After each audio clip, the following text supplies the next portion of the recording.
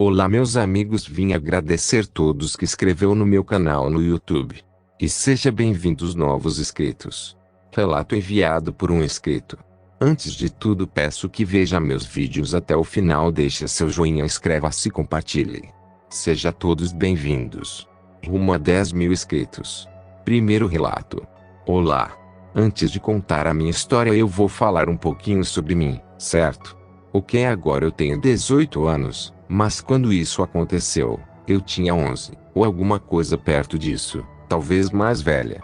Mas não importa a idade que eu tinha, eu me lembro como se tivesse acabado de acontecer. Bem, o que eu vou escrever agora, não foi escrito para impressionar ninguém, mas é simplesmente o que realmente aconteceu. Se você acredita ou não, não me importa muito. Mas eu sei que alguns de vocês acreditaram igual. A minha família, minha mãe, meu irmão e minha irmã mais novos e eu, estávamos morando com os meus avós já fazia alguns anos. Nós tínhamos saído da nossa antiga casa por causa de uma terrível infestação de ratos que não importava que tipo de veneno. A minha mãe tentou coisa muito forte. Você colocava, não adiantava, cada vez tinha mais rato em casa. A minha mãe, que sempre quis ter uma casa dela para ela decorar e arrumar do jeito que ela quisesse, procurou e procurou. Ela nunca achou nada que o servisse. Ou estavam muito caras ou não eram grande o suficiente para todos nós ou estavam caindo aos pedaços. Finalmente ela achou que queria uma casa com espaço suficiente para todos nós e um preço bem acessível.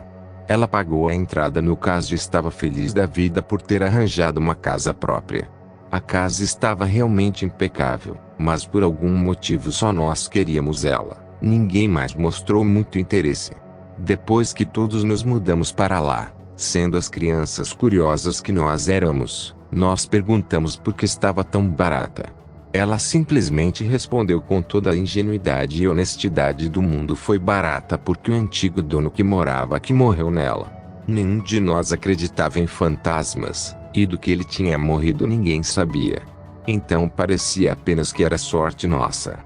Nós fizemos amizade com as crianças da área, e tivemos muitas aventuras de crianças, geralmente indo aonde não devíamos ir, achando que éramos algum tipo de grande aventureiro. Demorou uns 2 ou 3 anos até que as coisas estranhas começaram a acontecer. Eram coisas pequenas que às vezes até passavam desapercebidas, mas estranhas. Todos os armários da cozinha abriam sozinhos e se fechavam, e faziam isso o tempo inteiro. Não era rápido e violento feito nos filmes de terror, mas faziam isso bem devagar, como se já estivessem velhos demais para ficarem quietos. Então a minha mãe chamou um marceneiro para consertar os armários, mas ele falou que não tinha nada de errado com eles.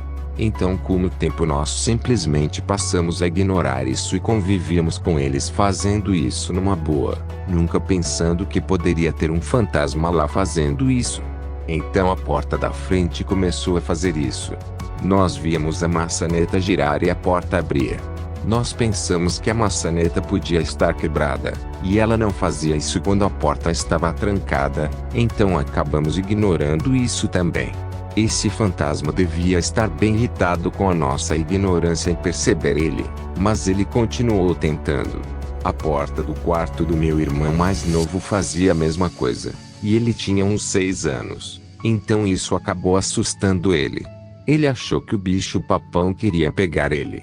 As portas que mais faziam isso era a porta do quarto da minha mãe, a porta do quarto do meu irmão e a porta do banheiro. Mas apesar de tudo isso nós levávamos uma vida normal, com os nossos armários e as nossas portas que abriam e fechávamos o tempo todo. Então coisas mais assustadoras começaram a acontecer.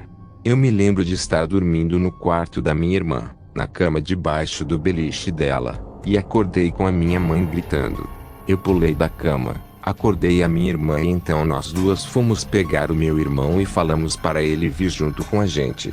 Quando nós 3 chegamos no quarto no quarto dela, o namorado dela, que vira mexe e passava um tempo com a gente, estava parado na porta perguntando para ela o que estava acontecendo. A minha mãe estava sentada na cama, gritando: tem um homem aqui em casa. Vai pegar ele, Marcos. Ele quer matar os meus filhos. Então ela ficou quieta e olhou para o pé da cama dela com uma expressão estranha na cara. Aonde você viu ele? O Marcos, namorado dela, perguntou. Ele estava no pé da minha cama e estava tentando falar comigo, mas aí eu comecei a gritar e a jogar coisas nele. Mas nada acertava ele, e então ele sumiu.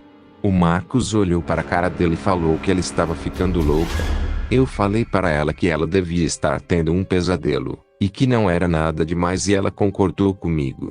Mas na verdade, eu acreditei nela, só tinha falado aquilo para acalmar os ânimos. Na manhã seguinte eu perguntei para ela como o homem que ela tinha visto se parecia.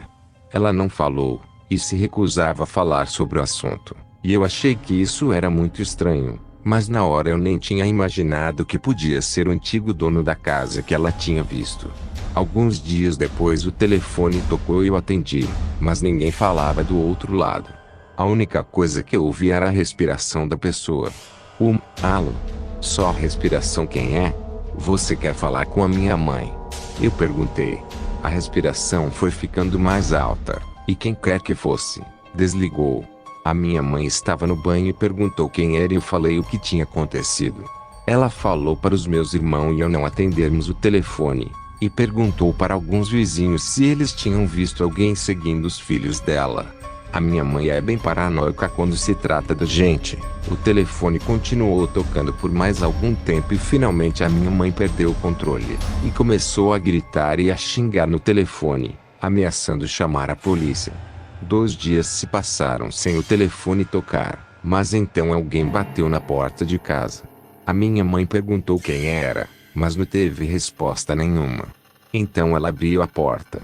Era um cara com cabelos loiros começando a ficar brancos e olhos azuis, com uma camisa branca e uma calça marrom. Onde está o João?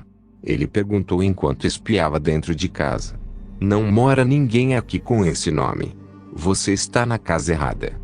A minha mãe ia fechando a porta, mas ele segurou a porta aberta com a mão. Essa é a casa certa.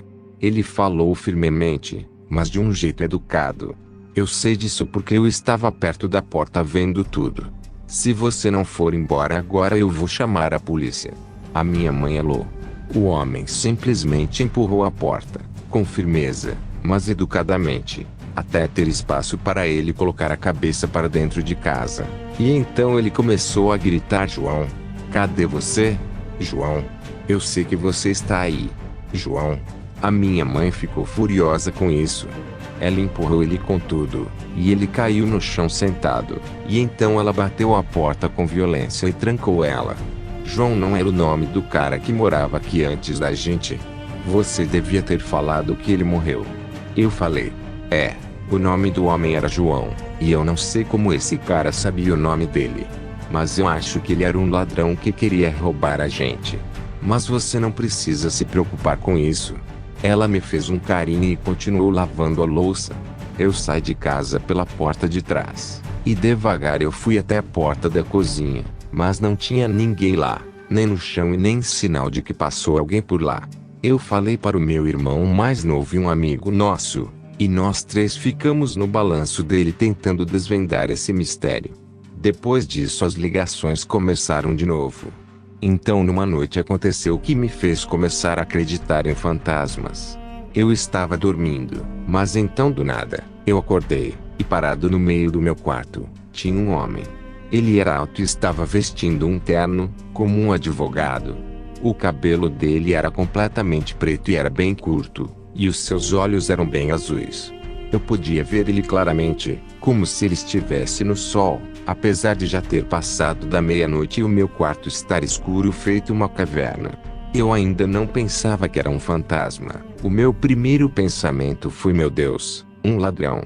Eu tentei gritar, mas a minha voz não saiu, e tudo o que eu podia fazer era ficar sentada lá olhando ele. Ele sorriu para mim e estendeu a mão direita dele, e falou. A voz dele parecia de uma pessoa normal. Não precisa ter medo, eu não vou machucar você.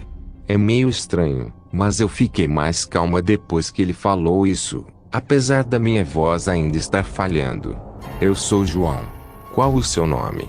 Como se ele tivesse o controle da minha voz, eu consegui falar de novo. mas era baixa e calma.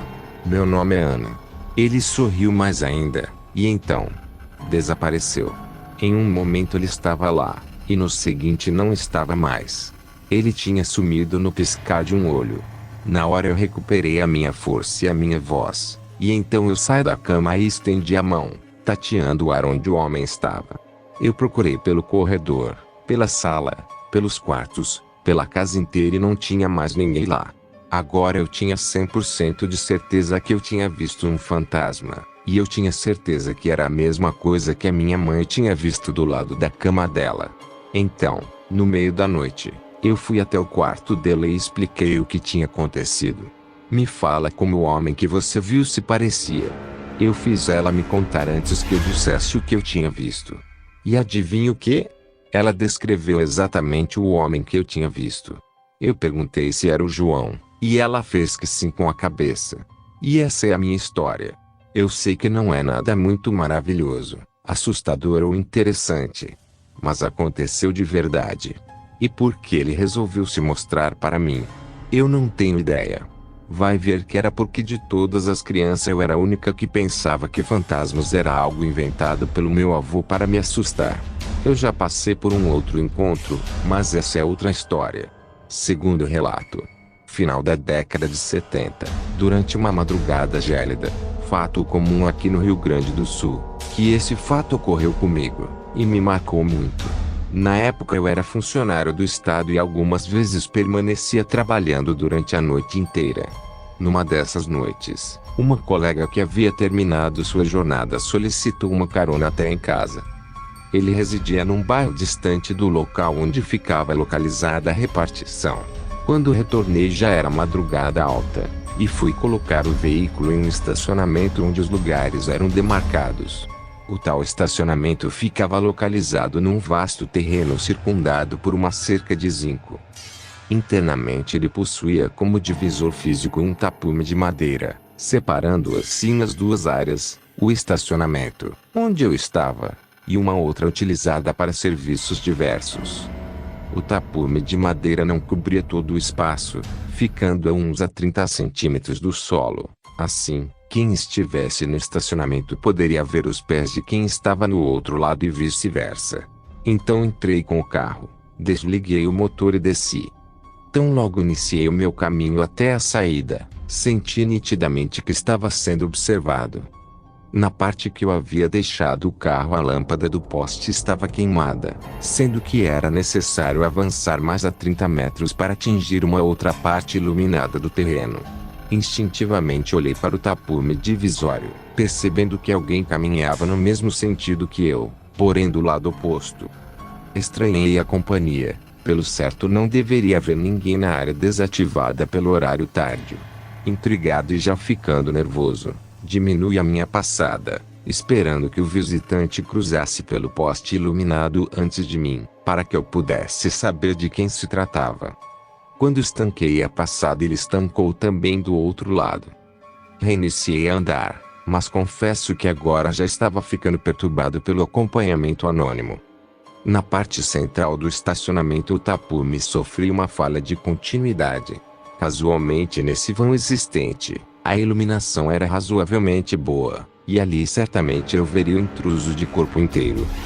Conforme fomos nos aproximando da luz, percebi de relance, eu não voltava a cabeça diretamente, apenas espiava, pois ele tinha o cuidado de caminhar 2 passos atrás, ou seja, nunca ficamos lado a lado, pois parecia me espreitar, que não eram pés humanos e sim patas de um animal canino.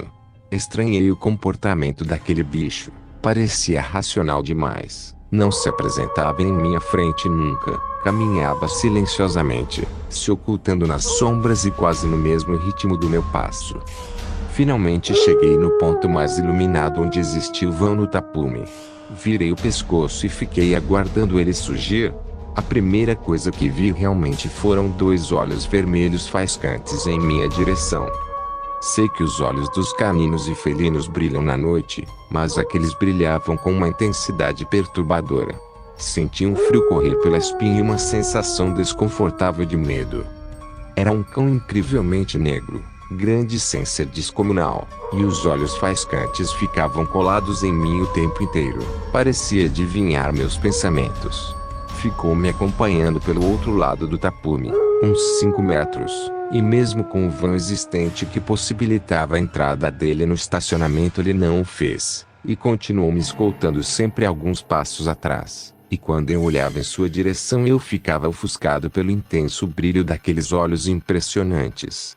Mesmo quando saí do estacionamento e atravessei uma rua em direção do meu local de trabalho não tive coragem de olhar para trás, pois sentia ainda seus olhos sobre mim. Depois daquela noite, fiquei pensando sobre o caso, e lembrei que naquelas cercanias não havia residência alguma, pois eu conhecia bem aquela região. De onde teria surgido e o que na verdade seria aquele cão negro de comportamento tão intrigante que me acompanhou e me observou por todo o meu trajeto? Sei que jamais saberei, mas aprendi que neste mundo nunca realmente estamos sós. Rumo a 10.000 inscritos. Créditos a canal Histórias de Terror e Lendas Urbanas do canal do Kleber Uchoas. Sabemos que vocês adoram assistir nossos contos, e nós amamos compartilhar essas histórias com vocês. Mas agora, precisamos de um favor especial de quem realmente curte nosso canal no YouTube. Para que possamos continuar trazendo mais conteúdo incrível, precisamos que assistam aos nossos vídeos. Isso nos ajudará a monetizar nosso canal no YouTube e manter tudo funcionando. Então, se puderem tirar um tempinho para assistir, ficaremos imensamente gratos. Segue os links para vocês assistirem nossos vídeos, assistam nossos videorelatos, contos e histórias no canal no YouTube do Kleber Uchoas. Fonte: um inscrito do canal. Bem-vindos novos inscritos. Para quem não é inscrito, inscreva-se, compartilhe e volte sempre. Canal do Kleber Uchoas agradece pela sua visita. Volte sempre.